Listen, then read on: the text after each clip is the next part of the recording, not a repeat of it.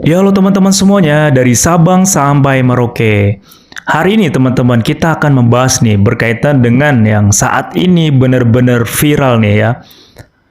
Jadi ketika kita membahas ya berkaitan dengan banyaknya untuk pemuda dan juga masyarakat Indonesia itu berbondong-bondong bekerja ke luar negeri.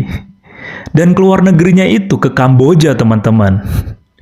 Kalian pasti langsung connect kan kenapa pengen bekerja ke Kamboja.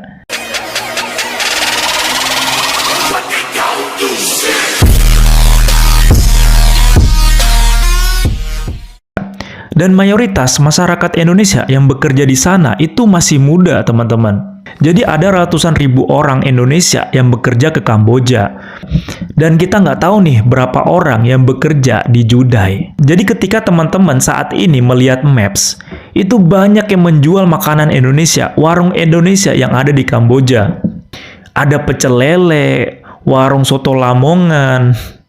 Jadi di sisi lain, itu memang kita bisa banggakan ya, karena masakan Indonesia, budaya Indonesia, ini bisa terkenal di sana. Tapi ketika ditelusuri benar-benar teman-teman, dan juga pemerintah sudah mengeluarkan statement berkaitan dengan hal ini, itu disinyalir di sana, diduga, itu banyak masyarakat Indonesia yang bekerja di sana, di kantor ataupun perusahaan Judai. Makanya dengan adanya warung makan Indonesia yang ada di sana, itu karena memang masyarakat Indonesia banyak di sana. Dan tentunya pemerintah Indonesia sebenarnya sudah memberikan himbauan kepada masyarakat Indonesia dan memberikan informasi bahwasanya Kamboja itu tidak ada kerjasama dengan Indonesia dalam hal pengiriman tenaga kerja ataupun PMI. Jadi sudah sangat jelas ya, ketika Indonesia tidak ada kerjasama dengan Kamboja, maka sudah pasti sebagian besar untuk tenaga kerja Indonesia yang bekerja ke Kamboja itu sudah pasti tidak sesuai prosedur ataupun non-prosedural. Tentunya pemerintah sudah memberikan informasi berkaitan dengan resikonya. Jadi ketika kita bekerja ke Kamboja, pemerintah ini tidak akan tahu dia bekerja di mana, siapa majikannya, di mana perusahaannya, pemerintah tidak akan tahu. Dan itu tentunya berbeda dengan tenaga kerja Indonesia ataupun PMI Indonesia yang bekerja ke Malaysia, ke Singapura, ke Taiwan, ke Korea, ke Jepang. Pemerintah bisa mengecek karena memang ada aplikasinya. Jadi pemerintah bisa tahu tenaga kerja Indonesia ini bekerja di mana, di tempatnya, kemudian majikannya siapa, ada jelas kontak personalnya. Jadi pemerintah tidak akan bingung meminta pertanggungjawaban ke siapa jika terjadi sesuatu hal yang tidak diinginkan. Nah, kalau bekerja ke Kamboja, pemerintah benar-benar tidak tahu. Ya kalau misalkan untuk tenaga kerja Indonesia, amit-amit lah terjadi hal-hal yang tidak diinginkan. Kemudian untuk aksesnya semuanya diambil ya, teleponnya, terus juga untuk passwordnya, dokumennya semuanya diambil. Jadi pemerintah Indonesia tidak bisa melakukan apa-apa. Ya karena memang bekerja di sana bukan sesuai dengan prosedur ataupun anjuran dari pemerintah Indonesia. Nah, makanya pemerintah Indonesia ini menghimbau kepada masyarakat Indonesia yang ingin bekerja ke Kamboja, ya harus dipikirkan lagi ya teman-teman. Ya, kalau misalkan teman-teman pengen bekerja di sana, itu pilihan dari teman-teman tentunya. Cuman, ini saya di sini ingin menyampaikan apa yang disampaikan oleh pemerintah Indonesia. Karena sudah banyak banget teman-teman kejadian yang tidak kita inginkan. Awalnya ingin bekerja ke Kamboja, diiming-imingi gaji besar. Alhasil kita kena tipu, kena scam. Ternyata kita disekap di negara lain, di Myanmar, dan lain sebagainya. Itu banyak kasus, teman-teman. Makanya, pemerintah Indonesia ini menghimbau supaya hal ini tidak terjadi lagi. Ya, harus koordinasi dengan P2MI ataupun lembaga-lembaga lainnya. Nah, penasaran beritanya seperti apa, teman-teman? Langsung aja kita lihat videonya. Teman-teman, Kamboja bukan negara tujuan penempatan PMI. Artinya, warga negara Indonesia yang bekerja di Kamboja hampir seluruhnya adalah pekerja migran non-prosedural. Apa sih artinya PMI non-prosedural? Artinya, proses WNI bekerja di Kamboja tidak melalui jalur-jalur penempatan PMI sesuai dengan peraturan dan undang-undang yang ada. Nah, kenapa ini penting?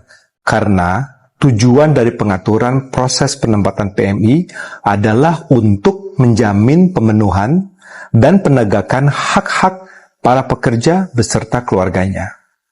Nah, apa saja sih resiko bekerja di Kamboja secara non-prosedural?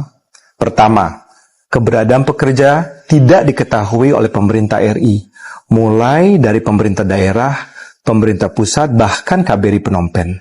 Apalagi kalau para WNI tidak melakukan lapor diri. Dalam kondisi seperti ini, gimana pemerintah, terutama KBRI, bisa berikan dukungan optimal apabila ada permasalahan? Kedua, pekerja migran non-prosedural rentan penipuan dan eksploitasi. Tidak ada proses verifikasi oleh instansi pemerintah terhadap kontrak kerja dengan perusahaan. Dan kalaupun ada kontrak kerja, sering beban pekerjaan tidak sesuai dengan janji di awal. Ketiga, tidak ada jaminan sosial atau asuransi bagi pekerja yang sakit, terkena musibah, atau meninggal. Sudah terlalu sering KBRI Phnom Penh menemukan WNI di Kamboja yang ditelantarkan oleh perusahaannya. Oleh karena itu, saya menghimbau untuk teman-teman yang ingin bekerja di Kamboja agar mengikuti prosedur penempatan PMI yang sudah ada.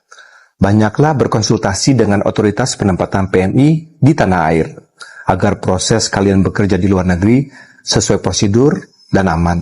Juga dapat diberikan pelindungan penuh oleh pemerintah Indonesia. Jagalah hati, jagalah persaudaraan, mari kita maju bersama. Guns in my head and they won't go. Spirits in my head and they won't go. I got guns in my head and they won't go. Spirits in my head and they won't go. I got guns in my head and they won't go. Spirits in my head and they won't go. I got guns in my head and they won't go. Spirits in my head and they won't go. Nah, soal Kamboja memang saya menyaksikan sendiri, saya cek sana. Ada warga kita sekitar 100.000 warga Indonesia yang bekerja di Kamboja. Di satu hari kedutaan kita kedatangan problematika sekitar 5 kasus setiap hari. Nah, memang benar ada yang jualan pecel lele, ada yang bikin soto Lamongan, ada yang mensupport dalam sistem proses kerja di sana itu.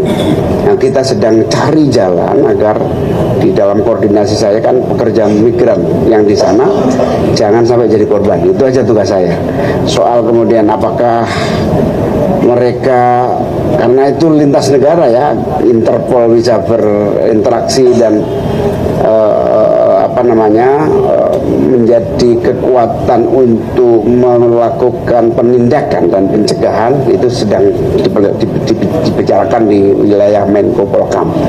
Tapi wilayah saya adalah jangan sampai pekerja kita yang bekerja di sana jadi korban, karena saya mendapatkan begitu banyak orang takut dan khawatir korban-korban ini menjadi isu besar. Meskipun banyak yang viral-viral itu ternyata tidak benar adanya. Setelah saya cek, ternyata konflik sesama orang kita di sana gitu, kemudian problematika yang menyangkut hubungan kerja antara pihak-pihak para pekerja di sana.